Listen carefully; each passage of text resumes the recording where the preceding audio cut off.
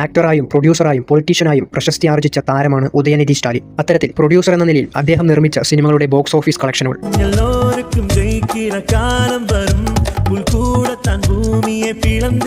Third പ്ലേസിൽ 2008 തന്റെ red giant എന്ന പ്രൊഡക്ഷൻ കമ്പനിയുടെ ആദ്യ സിനിമ തന്റെ ഇഷ്ടതാരമായ വിജയെ വെച്ച് ചെയ്യാൻ തീരുമാനിക്കുന്നു. അങ്ങനെ നിർമ്മിച്ച സിനിമയായിരുന്നു കുരുവി. 18 കോടി ബഡ്ജറ്റിൽ നിർമ്മിച്ച സിനിമ 150 ദിവസത്തിലേറെ തിയേറ്ററുകളിൽ ഓടി ഏകദേശം 35 കോടിയോളം കളക്ഷൻ നേടിയെടുത്തു.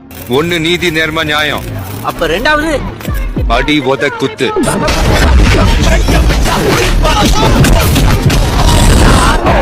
സെക്കൻഡ് പ്ലേസിൽ മാമന്നൻ. 2023 ഉദയനിധി സ്റ്റാലിൻ നായകനായി വന്ന അദ്ദേഹത്തിന്റെ അവസാന ചിത്രം. ഇനി അഭിനയം നിർത്തി മുഴുനീള രാഷ്ട്രീയത്തിൽ ഇറങ്ങാൻ പോകുന്നു എന്നത് അന്ന് സിനിമയുടെ ഹൈപ്പ് കൂട്ടിയിരുന്നു. 35 കോടി ബഡ്ജറ്റിൽ നിർമ്മിച്ച സിനിമ ബോക്സ് ഓഫീസിൽ നിന്നും 50 കോടിക്ക് മേലെ കളക്ഷൻ നേടി ഹിറ്റായി മാറി. ഫസ്റ്റ് പ്ലേസിൽ 2005 ഗജനി എന്ന മെഗാ ബ്ലോക്ക് ബസ്റ്ററിന് ശേഷം AR മുരുകദോസും സൂര്യയും ഒന്നിക്കുന്ന രണ്ടാമത്തെ തമിഴ് ചിത്രം ഉദയനിധി സ്റ്റാലിൻ നിർമ്മിക്കുന്നു. വമ്പിച്ച ഹൈപ്പിൽ വന്ന ചിത്രം 100 കോടിക്ക് മേലെ കളക്ഷൻ നേടി സൂപ്പർ ഹിറ്റായി മാറി. ഈ സിനിമ വാരിക്കൂട്ടിയ അവാർഡുകൾക്ക് കയ്യും കണക്കുമില്ല.